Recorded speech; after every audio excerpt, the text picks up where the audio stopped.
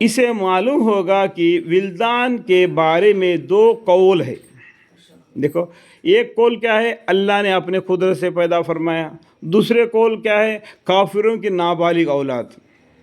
यह एक कि नई मखलूक होगी तो अल्लाह ताला ने अपने कुदरत से पैदा फरमाया। जैसा कि आग से क्या किया, जिन्नों को पैदा करवाया। मिट्टी से क्या किया, इंसान को पैदा करवाया। नूर से क्या किया, फरिश्तों को पैदा फरमा दिया। और हूरों को, जन्नतियों को अल्लाह ताला ने अपनी कुदरत से पैदा फरमाया। जन्नत के खिदमत गुजारियों को अल्लाह ताला ने अपने कुदरत से पैदा फरमा दिया। नहीं, ऐसा दो कौल है। इससे मालूम होगा कि विल्दान के बारे में दो कौल है। एक यह है कि नई मखलूक होगी, एक तो वो कौल है। दूसरी यह है कि दुनिया के काफिरों के जो नाबालिग लड़के मर गए हैं वे विल्दान मखलूदून होंगे, जो जन्नतियों की खिदमत के में लगा दिए गए हैं। लेकिन इस दूसरे कौल को खोज पड़ताल करने वालों ने, जो दूसरा कौल है, दूसरा हदीस है, उसको बारे में खोल पड़ताल करके आपस में झगड़े कर लेने के बारे में बताते हैं। इससे माना नहीं है।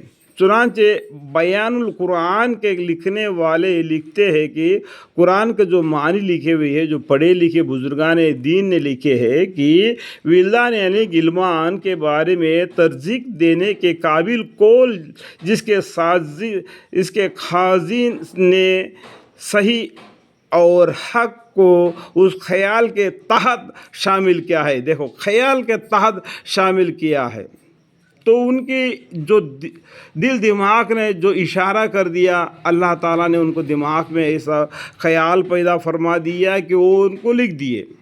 लेकिन हम लोगों ने क्या करना, उस हदीस को दो तरीके से कौल है, हम उसको तोड़ मरोड़ नहीं करना। ठीक है, तो क्या होता है, आपस में हम झगड़ा बजाई करेंगे।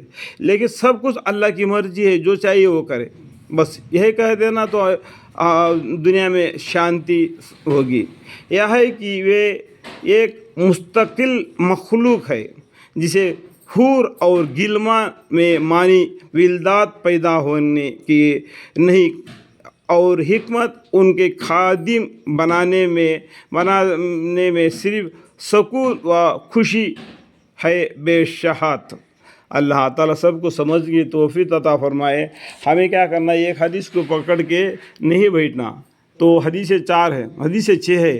कुरान के बारे में पढ़ने वाले हदीसें 6 है, और 6 हदीसों के अंदर में जो भी बात लिखे हुए उस बात को हमने यकीन के साथ मान लेना, इसमें सही है।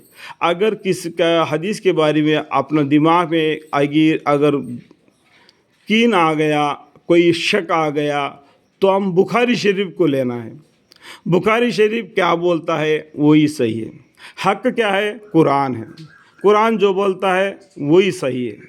कुरान के बाद में बुखारी शरीफ जो बोलता है उसके ऊपर चलना ज़रूरी है।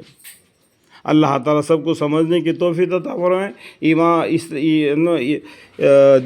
दीन के इल्म के बारे में सीखना, लेकिन झगड़ेबाजी नहीं करना। अल्लाह ताला सबको समझने की तौफीक अता फरमाए। आमीन।